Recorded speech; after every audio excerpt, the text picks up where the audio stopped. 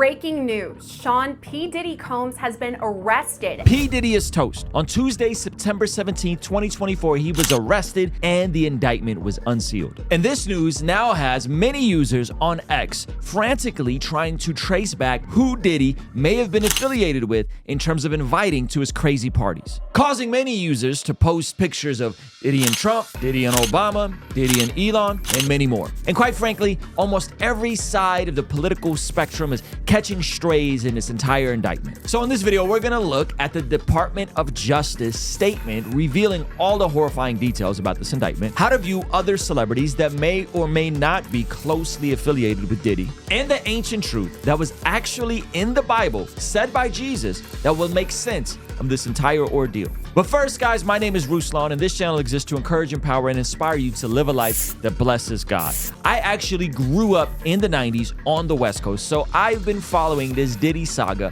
for decades. I remember after the tragic death of my favorite rapper, Tupac, I ended up calling America's Most Wanted after a segment aired and told them to look into Diddy. So quite frankly, I feel vindicated now that all this is finally coming out to the public. And in light of the situation in September 2024, there is another person who is being tried for the Tupac situation who actually has confirmed that Diddy was involved. But that's neither here nor there about this video. Listen, if you're new here or if you're not new here, please do me a favor, make sure you're subscribed, as a huge percentage of the people that watch this channel unfortunately are not subscribed. All right, let's jump into this video. So before we get into the scriptural tie-in, this is the Department of Justice. Let's check out their statement. Today I'm announcing the unsealing of a 3-count indictment, charging Sean Combs with racketeering conspiracy, trafficking, interstate transportation. The indictment alleges that between at least 2008 and the present, Combs abused, threatened, and coerced victims to fulfill his sexual desires, protect his reputation, and conceal his conduct. As alleged in the indictment, to carry out this conduct, Sean Combs led and participated in a racketeering conspiracy that used the business empire he controlled to carry out criminal activity. Okay.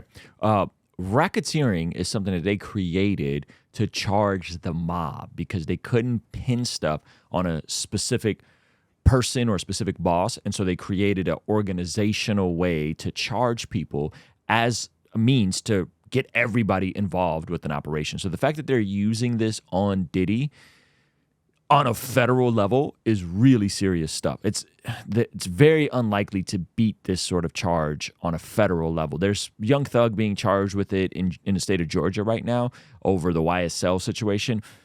That's not this. This is way more serious and way more severe and very unlikely that he's going to be able to beat these charges.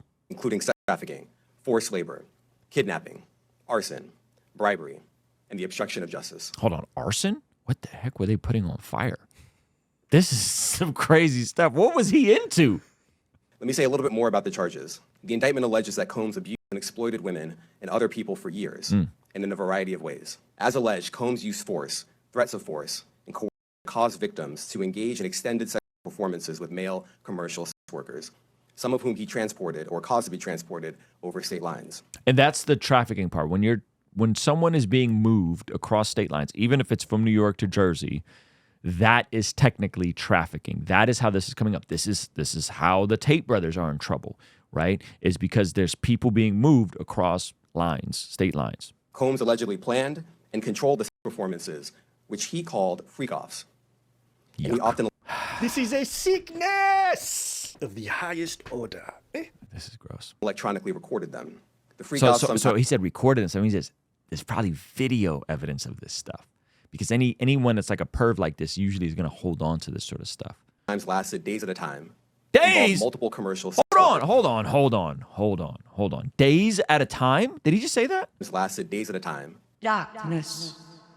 This is worse than I could have thought. And often involved a variety of narcotics, which Combs distributed to the victims to keep them obedient and compliant. As alleged, when Combs didn't get his way, he was violent. And he subjected victims to physical, emotional, and verbal abuse so that they would participate in the freak-offs. And that Combs hit, kicked, threw objects at, and dragged victims, at times by their hair. Now, we saw this in the Cassie video that was leaked. So she ended up threatening him, suing him, and then still all of this came out when the video came out, and I bet you this is somehow connected to her. When someone signs an NDA, they are not signing an NDA against criminal acts. You can't make somebody sign a non-disclosure against criminal acts. Non-disclosure agreements is like trying to keep you from leaking private information about a business or about a technology. It's similar to like a non-compete. So what Cassie did is ultimately going to come out more and is probably connected to some of these charges. On one occasion in March of 2016, that conduct was captured on video and later reported in the media. Right. Specifically, Combs kicked, dragged, and threw a vase at a victim in a Los Angeles hotel when the victim was attempting to flee. Yeah. As alleged, these often resulted in injuries to the victims, which took days or weeks to heal. Jeez. In addition to the violence, the indictment alleges that Combs threatened and coerced victims to get them to participate in the freak-offs. He used the embarrassing and sensitive recordings he made of the freak-offs as collateral against the victims. And the indictment alleges into revenge porn. Ugh. Yikes. that he maintained control over the victims in several ways, including by giving and threatening to take away financial support or housing, by promising them career opportunities, by monitoring their whereabouts, and even by dictating their physical appearance. Because of all of this, the indictment alleges that the victims did not believe they could refuse Combs without risking their security or facing more abuse.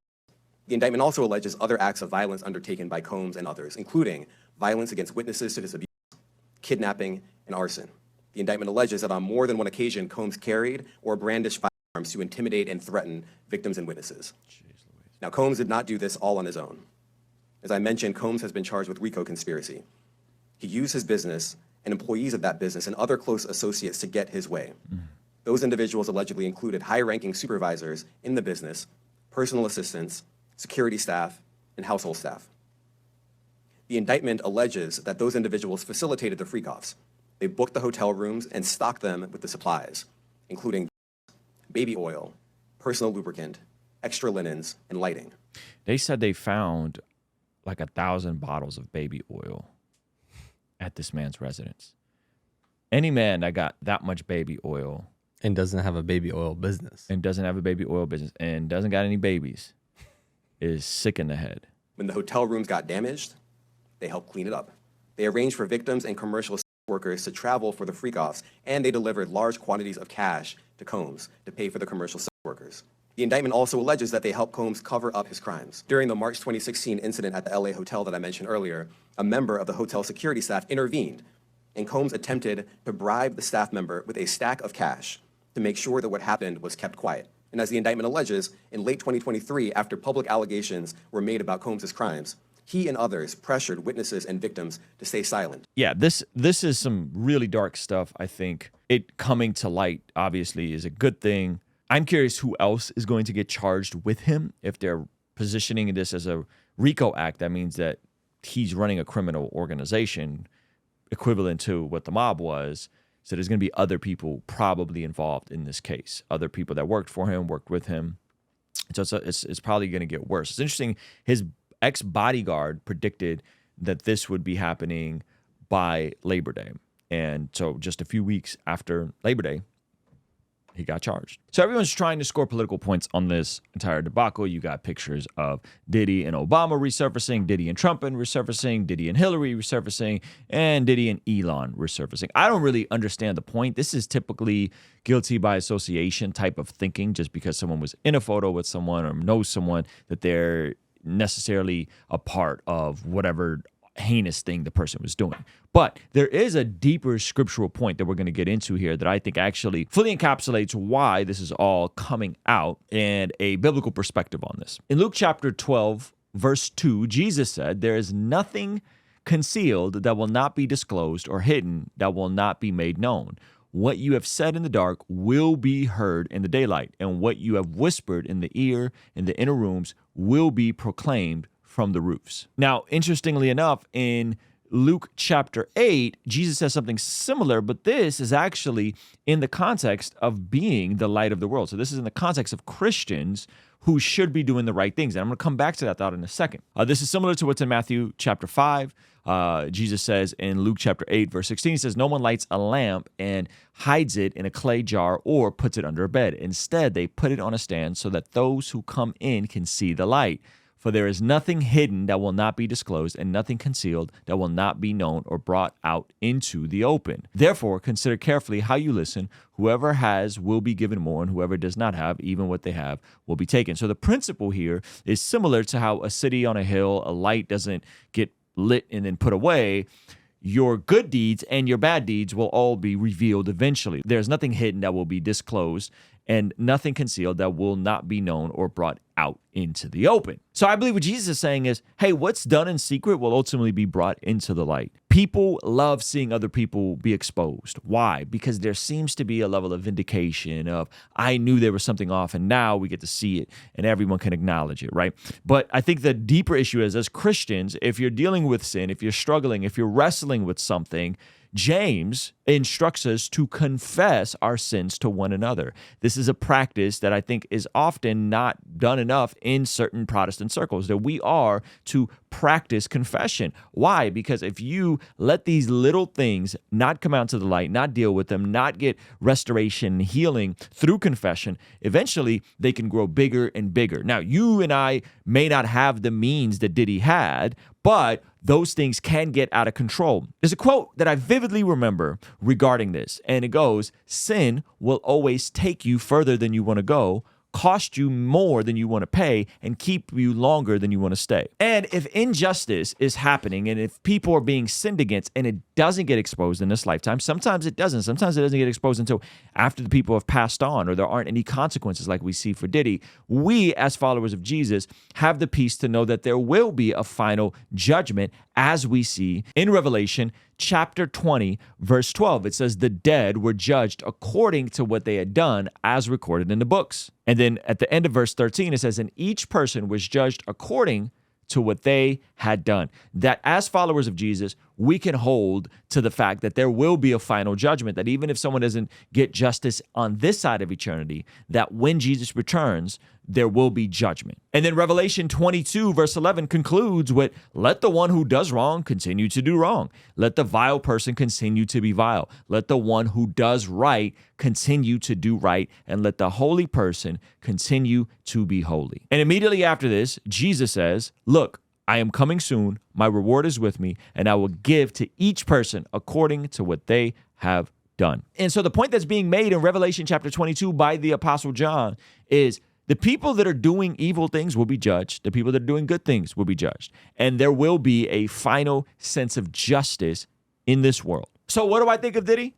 I think that ultimately what's done in the dark will come to light. I think there's been murmurings about this for years. I know folks that have worked for him that have said that he has some very, very questionable character in the way he's handled stuff behind the scenes for decades. So none of this surprises me. I'm hopeful that he will get his day in court, and that even though he's innocent until proven guilty, ultimately this will be settled in a court of law and justice will be served. What do I think about people who've taken pictures with Diddy or were friendly with him? I don't think they're all to be swept under the rug as a part of this entire thing. People meet people all the time. I've taken pictures with people that I may disagree with on certain things. And so that is not necessarily an indication of everyone that knows Diddy or was around him is guilty of these things. Perhaps some of them did know. Perhaps some of them were somehow loosely connected. But I think in those things, we should let the court of law play out and see what evidence is brought forth. And this is ultimately what happens when people who are of this world end up making music that promotes the same debauchery that the world celebrates. You get a culture that celebrates lust of the eyes, lust of the flesh, pride of life. But there seems to be a shift happening. And I had the pleasure of sitting down with one of the people who has been what many would call a pioneer in this shift, which is my buddy Lecrae. We just did a full podcast with him on our Patreon community. You can go sign up for the 7-day free trial of that. Or if you want to see the very first clip of that, we'll have that over here for you. All right? I'll see you over there. Peace.